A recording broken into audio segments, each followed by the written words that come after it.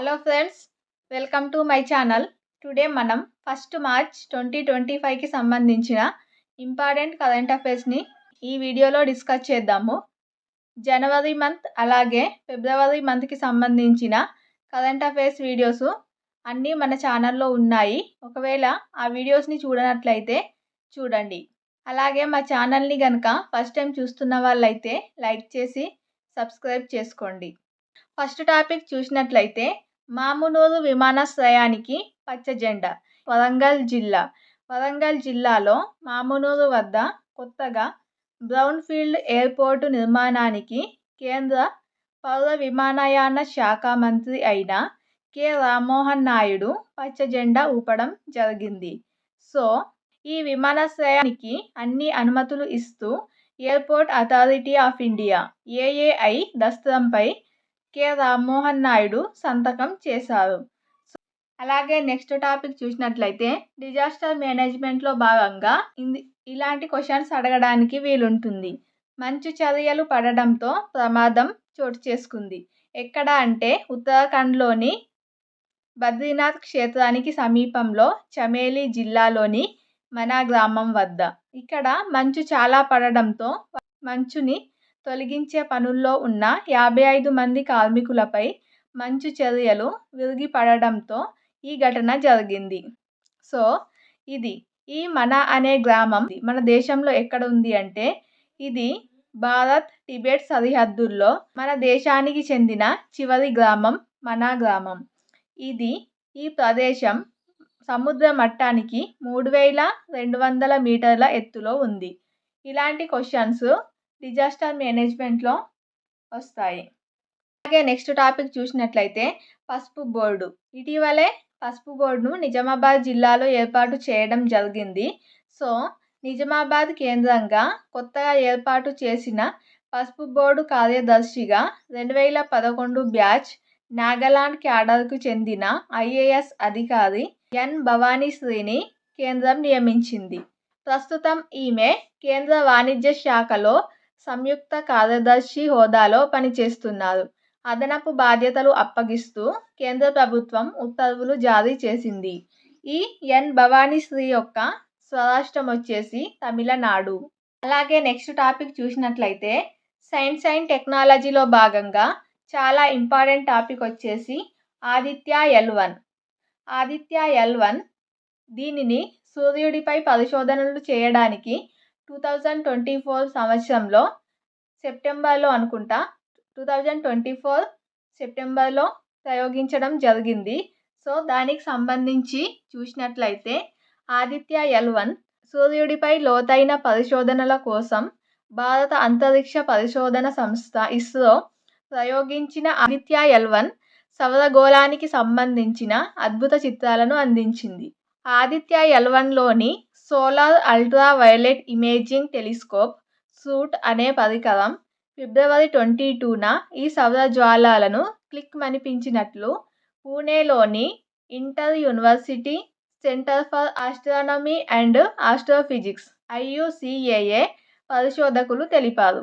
సౌరగోళం అనేది 6.3 తరగతి సౌరజ్వాల అని అత్యంత తీవ్రమైన విస్ఫోటాల జాబితాలో చేరిందని పై శాస్త్రవేత్తలు వివరించడం జరిగింది.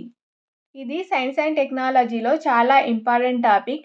దీనికి సంబంధించిన క్వశ్చన్స్ కంపల్సరీ వస్తాయి.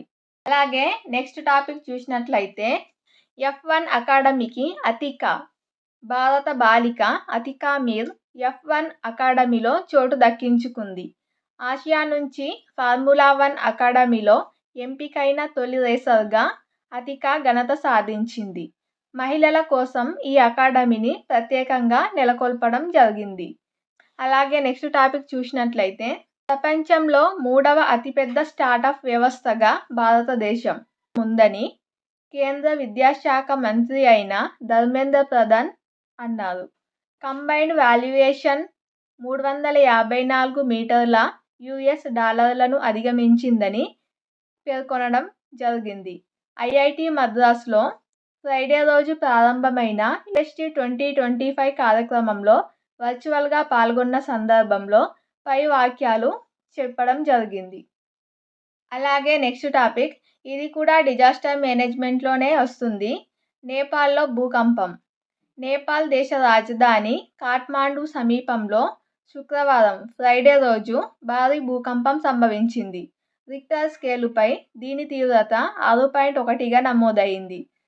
సింధుపాల్ చౌక్ జిల్లాలోని భైరవకుండలో భూకంప కేంద్రం ఉన్నట్లు జాతీయ భూకంప పరిశోధన కేంద్రం తెలిపింది. అలాగే భూకంప ధాటికి భారత్లోని బీహార్లో ప్రకంపనలు రిక్టర్ స్కేలుపై 5.5 తీవ్రతతో వచ్చినట్లు అధికారులు వెల్లడించారు. 2047 నాటికి భారతదేశం అధిక ఆదాయ ఆర్థిక వ్యవస్థగా మారాలంటే సగటున 7.8% వార్షిక వృద్ధి రేటు అవసరమని ప్రపంచ బ్యాంక్ నివేదిక అభిప్రాయపడింది. Becoming a high income economy in a generation పేరిట ప్రపంచ బ్యాంకు నివేదికను వెల్లడించింది. 2000 సంవత్సరం నుంచి 2024 మధ్య మన దేశం సగటున 6.3% వృద్ధి సాధించింది అని ప్రపంచ బ్యాంకు ఈ నివేదికలో వెల్లడించింది. అలాగే నెక్స్ట్ టాపిక్, ఇంటర్నేషనల్ రిలేషన్స్లలో భాగంగా చూసినట్లయితే గోల్డ్ కార్డ్. అమెరికా పౌరసత్వం కావాలని కోరుకునే సంపన్నుల కోసం అధ్యక్షుడు డొనాల్డ్ ట్రంప్ కొత్తగా గోల్డ్ కార్డ్ వీసా పథకాన్ని ప్రారంభించారు. 35 ఏళ్లుగా కొనసాగుతున్న EB-5 వీసా విధానాన్ని రద్దు చేసి ఆ స్థానంలో గోల్డ్ కార్డ్ వీసా విధానాన్ని తీసుకొచ్చారు.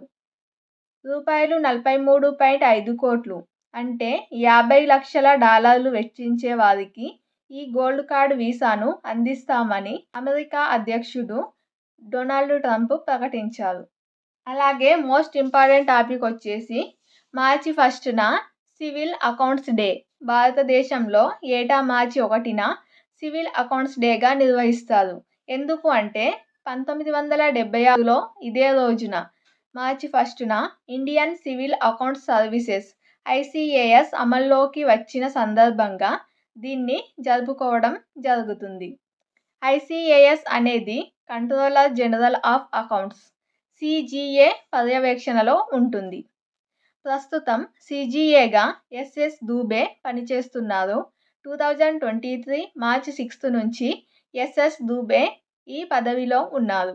అలాగే 2025 నాటికి ICAS అమల్లోకి వచ్చి 49 ఏళ్లు పూర్తయింది.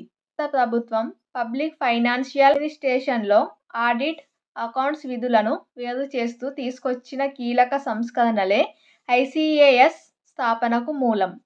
ICAS అధికారులు ఆయా మంత్రిత్వ శాఖల్లో అకౌంటింగ్, ఆడిటింగ్ నిర్వహిస్తారు.